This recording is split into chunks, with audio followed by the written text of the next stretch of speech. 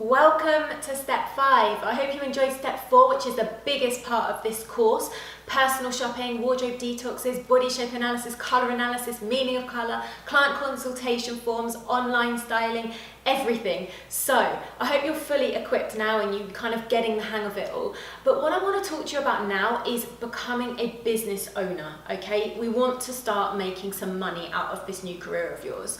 So becoming a business owner is my step 5 on this course. Now, the first thing that I would say to do is to think of a business name. So what do you want to call yourself? I went with my name, so Casey Paul Styling. You might want to use your own name, you might want to use an alter ego name, you might want to use something completely different. So think about a name. The next thing you want to do is think about your kind of branding and how you want to be perceived. So for this, use my meaning of colour guide. We've gone through meaning of colour in the last step. So use the meaning of colour for this and really think about how you want to be perceived. And then you need to think about a logo. Now please do not spend so much time on a logo. You really need to just be getting out there, putting yourself out there as a stylist.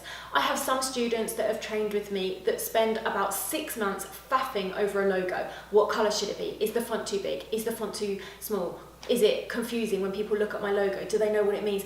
Honestly, do not stress about your logo. My logo was diabolical up until last year, and I don't even really notice it. I just got a web designer to do it, and it wasn't diabolical. I didn't think it was diabolical, but people have told me it was. I just thought it was okay, and I just went with it. And I want this for you too. Don't faff over it. So think of a business name.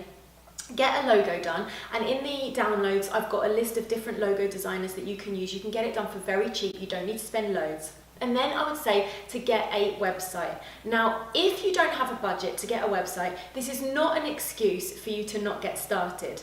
You absolutely could get started as a personal stylist with just a Facebook page. So set up a business Facebook page. You can start promoting yourself online, and you need to get some business cards printed. And again, don't faff over the design of them, just get yourselves out there. So business cards, a logo, a business name, a website, a Facebook page. Now, some of you also might like to use Instagram. Now, I would personally say, do one really well. Obviously, if you have time and you can do 2 and you think you'd be able to put the effort into 2, do 2.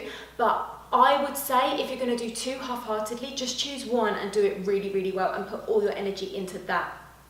You can now advertise on Instagram, which is really effective. You can also do sponsored ads on Facebook and advertise your styling through Facebook. So just choose something.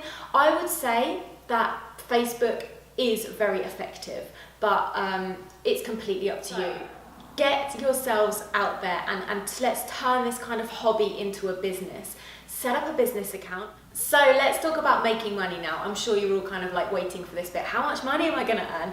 The great thing about being a personal stylist is the hourly rate is quite high. I would say start at £50 an hour, and then you can increase this as your experience raises. Okay, so I personally would not recommend going lower than £50 an hour to start with, because the great thing is that with personal styling you can do offers and promotions like buy one get one free. For example, do a wardrobe detox, get personal shopping for free. Do a wardrobe detox, get a friend's wardrobe detox for half price, or something like that. There's loads of different offers that you can do. So if you start really low, you can't really go lower. So I would say £50 an hour, increase this, but just don't start lower than that. You can also package your things online, so you can say wardrobe detox is a set price, or your personal shopping day rate is a set price, or you can just work per hour. So you can work this out yourself, but as a guide I would say start at £50 an hour, and that's exactly what I did with mine. I've raised it over the years with my experience, but it's a really good place to start. So guys, I would say really do not procrastinate and faff over the small things. There are so many people that I call just like entrepreneurs. Like they care so much about like the logo and the branding and the name, but they don't actually go through and execute and actually go and get working. I want you to really add value and work on your product. What are you going to offer the market? Why are you such a badass stylist? Like, what makes you different? I want people to say about you guys, oh my God, she was such a good stylist, or he was such a good stylist. Not, oh my God, the logo is so nice. They're not going to be talking about how good or bad your logo is. They're going to be talking about the amazing service that you gave them that they can't forget. Really take care with your clients. Go that extra mile. Send them the trend reports that I've added into this online training. Go that extra mile. Don't faff too much about the little things like your logo and your branding and all that kind of stuff, okay? So step 5, become a business owner, and let's start making this into a business, not just a hobby.